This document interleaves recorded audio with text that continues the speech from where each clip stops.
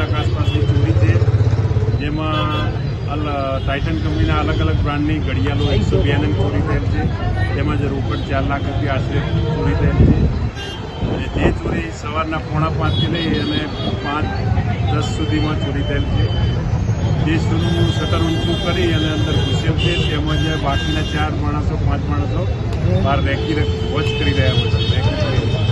એફએસએલની મદદ લેવામાં આવશે, ચાલુ જ છે. એફએસએલનું કામગીરી ચાલુ જ છે, ફિંગરપ્રિન્ટ, ડોગ સ્કોડ વગેરે, તેમજ એક કેમેરાની પણ જે કબજે લેવાના છે એના આધારે તપાસ હાલમાં ચાલુ છે. ટોટલ ઘડિયાળોની કિંમતને રોકડ મળી 70 લાખ રૂપિયા આસપાસ. 102 ઘડિયાળ છે કુલ, ટાઇટન કંપનીની અલગ અલગ બ્રાન્ડની. સિટીમાં 6 માણસ દેખાય છે, એમાં એક જ વ્યક્તિ અંદર ઘૂસે. સવારે 4:45 થી લઈ અને 5 ને 5 વાગે 20 મિનિટમાં શટર ઊંચું કરેલું છે વચ્ચેના ભાગ.